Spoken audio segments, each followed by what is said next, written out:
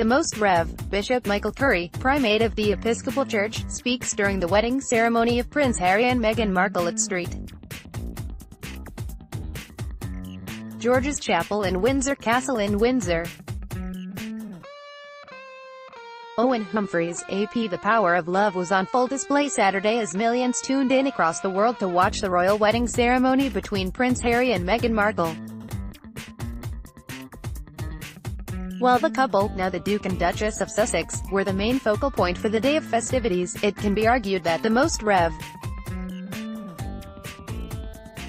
Michael Bruce Curry of Chicago stole part of the show. Curry, the first African-American leader of the Episcopal Church, started out by reading a biblical passage from the Song of Solomon and went on to quote Martin Luther King Jr., "We must discover the power of love, the redemptive power of love. And when we discover that, we will be able to make of this old world a new world." As Curry continued to speak about the power of love, he also referenced slavery and colonialism in the heart of British aristocracy and former empire. While speaking with NPR's Weekend Edition, Curry says he took his cue from the royal couple, who selected the scripture. After reading through the love poem, in which at one point a woman stops referring to the love between her and a man and instead talks about a greater love, Curry says he made a connection to King. "I realized that that greater lover that the woman in the Song of Solomon was talking about was in fact what Jesus of Nazareth was talking about in Dr. King picked up his cue from Jesus of Nazareth," Curry says. "So the selection of Dr. King emerged out of that because I realized that that quote actually said it all. We must discover the power of love, and that's how you make a new world." Curry, who has long campaigned for social justice issues in the United States, talked about those causes, saying that when love is the way, poverty will become history. Harry and Meghan have a passion for humanitarian work that they plan to continue, including focusing on anti-poverty issues. Curry says the message wasn't just for those in attendance at the wedding.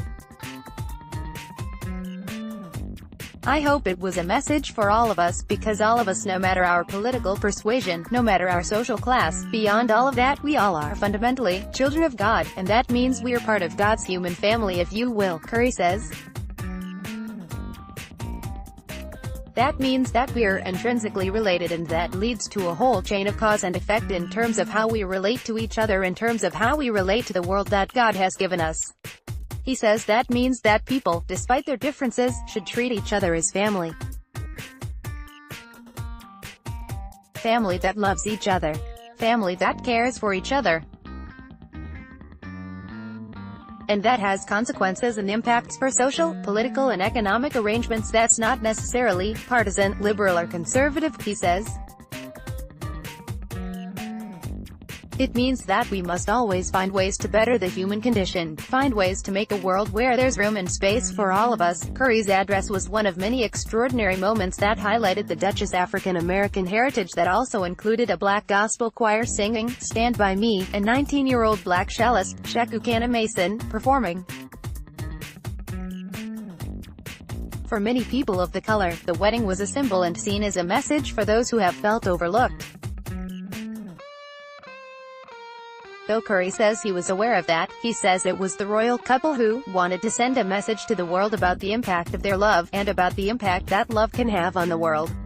In doing that, Curry says, it took on a momentum that was bigger than even they could have imagined, or bigger than anyone could have imagined. That kind of says to the whole human family, "Hey gang, we're all in this together. We might as well figure out how to live together, because we're here together." As for the love felt during the wedding, Curry says it was unmissable, and that he and all those in attendance experienced two people who are deeply happy and joyful, and profoundly in love with each other.